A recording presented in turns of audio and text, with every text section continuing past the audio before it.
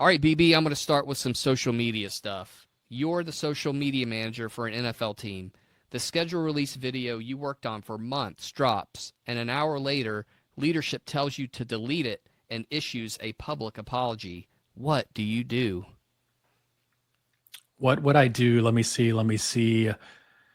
I'm sure this has happened before in my career. First, let's analyze the situation and look at it. Obviously, a schedule release is one of the biggest moments of the year for NFL teams. They're even televising them now and promoting the releases in advance.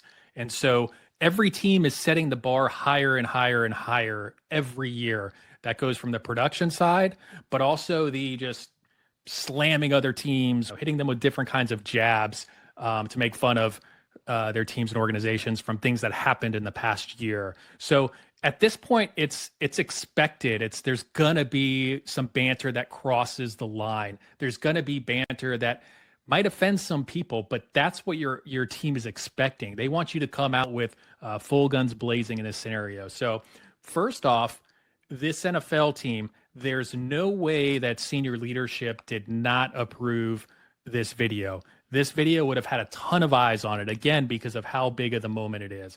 Yeah, I was going to ask you about that. I was going to ask you. Everybody sees it, right? Everybody sees it. Everybody sees it, maybe except for your top 2 or 3 people in the organization, right? And so from that standpoint, plus if you're using a vendor, in this case, you're creating a Minecraft video, which I can't imagine that was done in-house. I don't know that for a fact, but you're probably spending, a good chunk of change, and you're probably working on this for months in advance, right?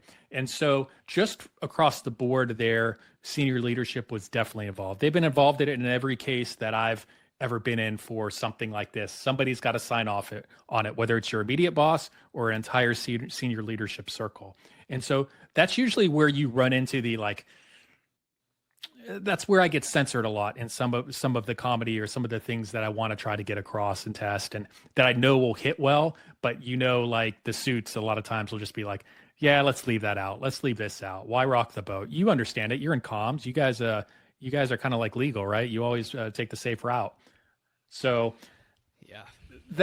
so that's the hard part of it is you're in this situation now and you feel the brunt of it because you're running the social channels, but it has gone up the ladder and it has been approved. So who could have raised the red flag?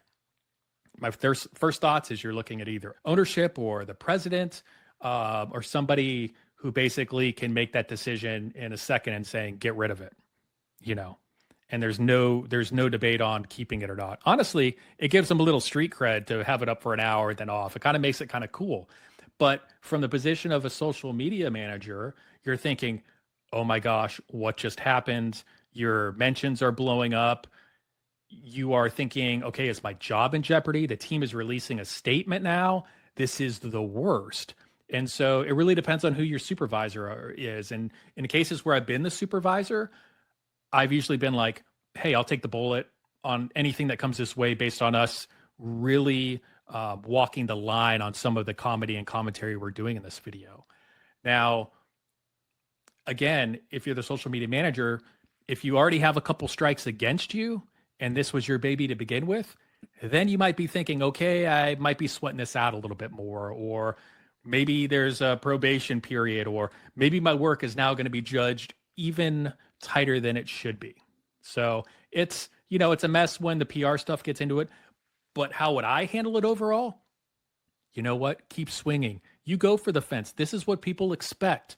I loved what they did. I have no issue with it.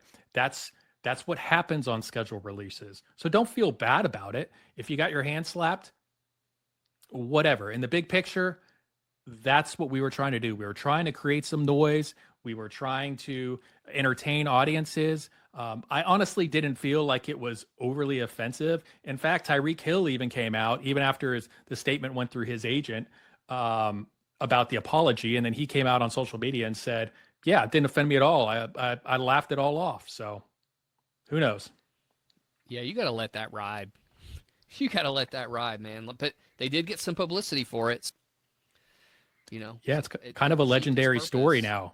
Legendary story. It was up for an hour and then it's gone. It's like, I don't know. I feel like there's more fame and fortune to it because of that. It's kind of cooler that that happened, whether it was planned or not. I mean, it'd be diabolical if that was their plan from the beginning to say, hey, we're posting this for an hour and taking it down, and then we'll release a statement. I don't think that's what happened. It's a nice strategy, though. Maybe they should keep that under their hats for the next time. Yeah, for anybody listening at home, create a fake PR controversy and Yeah. and just do this model, right? Do this model, shake the system, and see what happens. Yeah. The news cycle's gone in like 6 hours anyway. So just let it ride.